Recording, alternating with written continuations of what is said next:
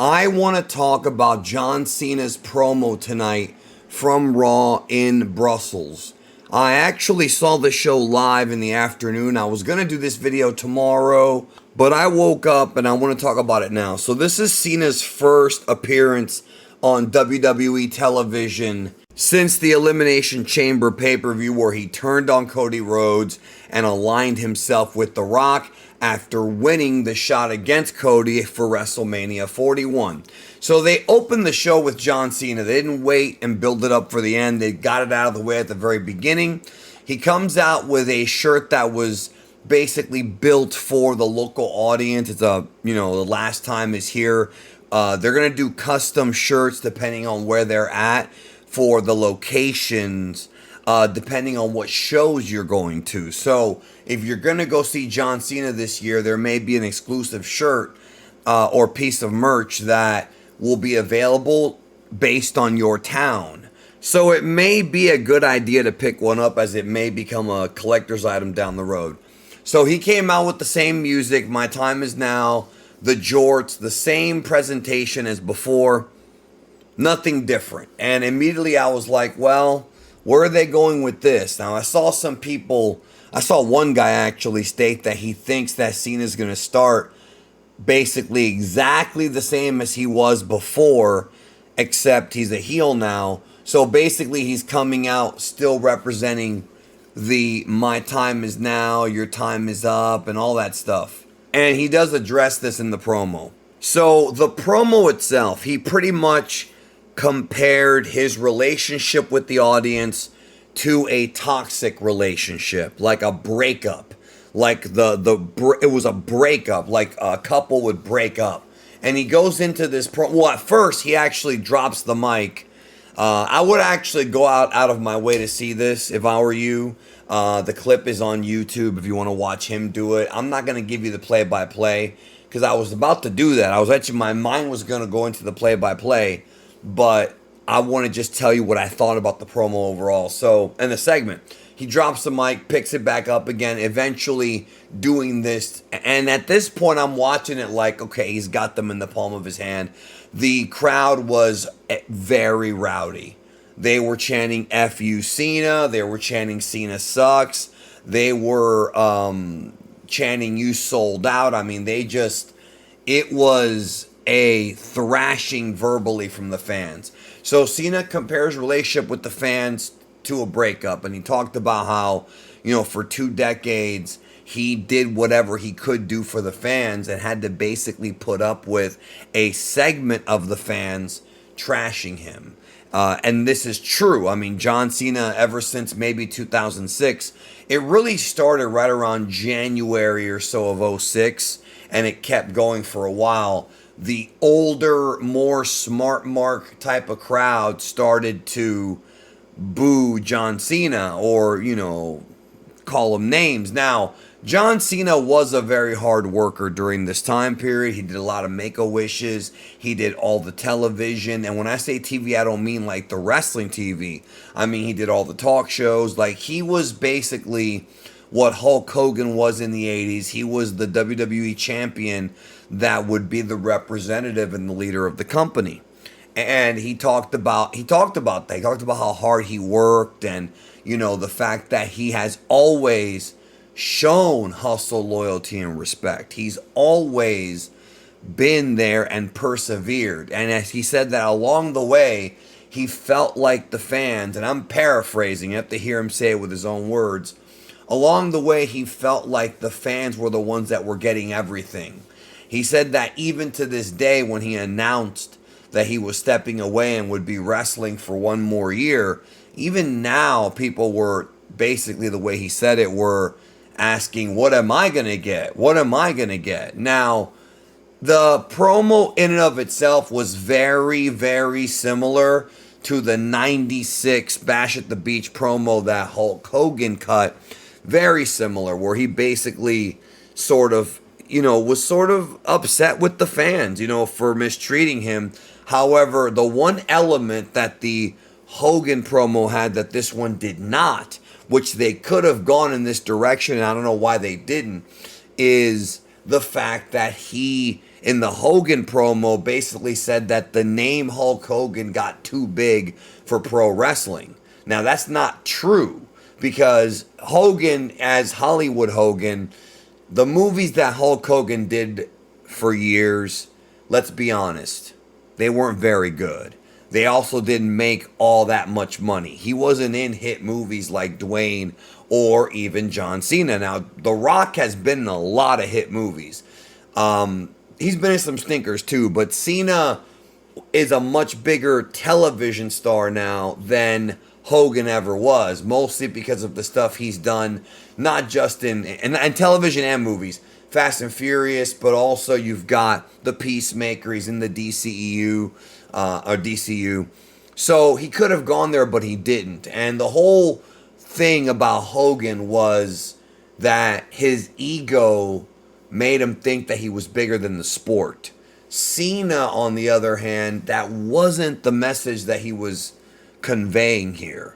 The message he was conveying is that he felt like he was being abused and mistreated by the fans. He basically came out and he said, I'm not a babyface and I'm not a heel, I'm a person. He literally said that word for word. I'm a human being is what he said.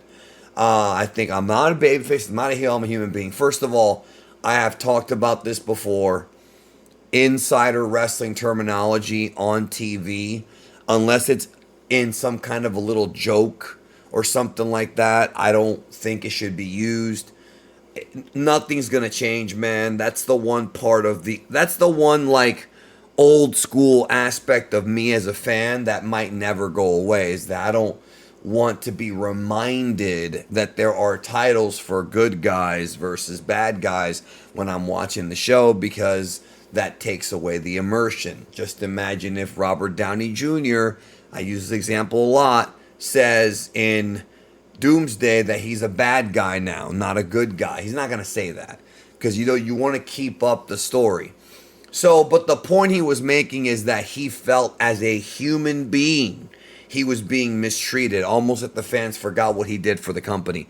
Now, as I'm listening to him talk, let me tell you something. I completely get where he's coming from. I don't like addressing like negativity too often, but I've been under a lot of negativity in my career as a YouTuber from people, many of which at one time were my friends, and others whom were my enemies who had either envy or had some reason to dislike me. And I'm not saying I'm perfect. I've made my mistakes too. I've done, things that were wrong, but I can feel where he's coming from, to where you work really, really hard to please an audience, to put a lot of content out, which is what Cena sort of did, except he did it athletically. And then people don't really appreciate you. Now, I don't feel as strongly about it as Cena does necessarily, because he's also playing a character. The John Cena here that we saw cut the promo, that was always a part of Cena. You know that deep down inside, he probably did feel a certain type of way over being booed, even though every time he was interviewed, he would always say, well, it's their choice, they pay my bills, and ultimately that is the truth. The reality is that John Cena became a multi-millionaire, worked for it, not saying he didn't, but it was the fans, even the ones that paid a ticket to boo him, that helped make him that rich, that wealthy. However, this iteration of Cena was not throwing that in the fans' faces at all. He was basically calling them all hypocrites, and it was a very impassionate promo. And then he actually comments on the fact that he's not going to change his look or anything, because this is him. This is his music. This is who he's going to be. I'm not a fan of this. I really, really thought that for this run, this part of it, I'm not a fan of. While at first I thought, okay, that's pretty genius that they kind of figured out a way to keep his original look, but it just doesn't fit for a heel Cena. I thought this was a great opportunity to change things up a bit. Maybe make him more corporate, or maybe what they might do which might be an even better way of having this make sense and could eventually lead to Cena turning on Rock, is that The Rock is the one that slowly changes John Cena. So maybe the next time we see him, he's wearing a suit. Or maybe the time after, he'll be wearing no hat, different haircut. You know what I mean? Like maybe he will slowly shed away the old John Cena and become The Rock's puppet until he eventually remembers who he really is. And it did feel like for parts of this promo, it was stuff that he had been waiting to say for a long time. It really did. When he starts calling the crowd idiots, I thought maybe that was a little bit... Like, I thought maybe this heel turn would be a tiny bit more sophisticated.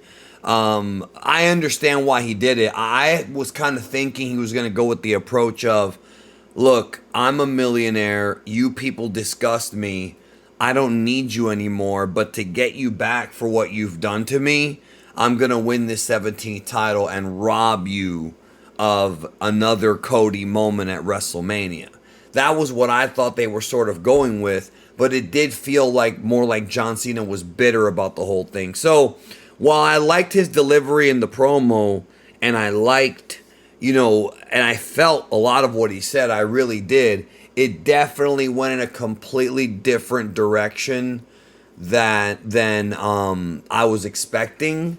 Because I did expect a completely new package. And then so eventually Cody Rhodes came out, and then what he said, just to summarize it, was that he's very disappointed because he was excited to go face-to-face with John Cena and eventually have the match at WrestleMania. He was excited, but he didn't get this. This is not John Cena, is what he said. This is just the guy who's a crybaby bitch.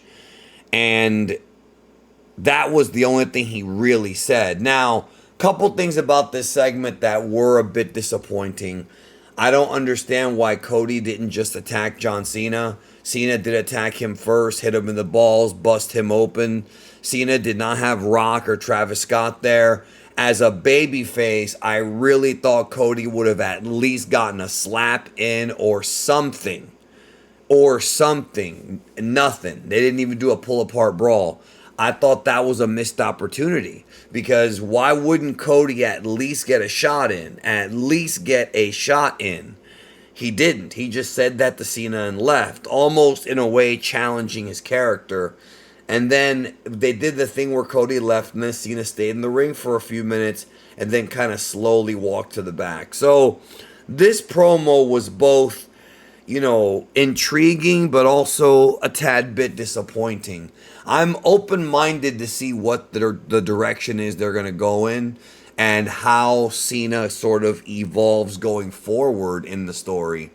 Because the one thing that Cody Rhodes has to bring up at some point, and they are going to be together next week in Glasgow, Scotland, Cody has to bring up the fact that John Cena joined up with The Rock because he's a coward and because he knows that he's past his prime and cannot defeat Cody Rhodes, who's in his prime, and win the 17th title without The Rock there helping him.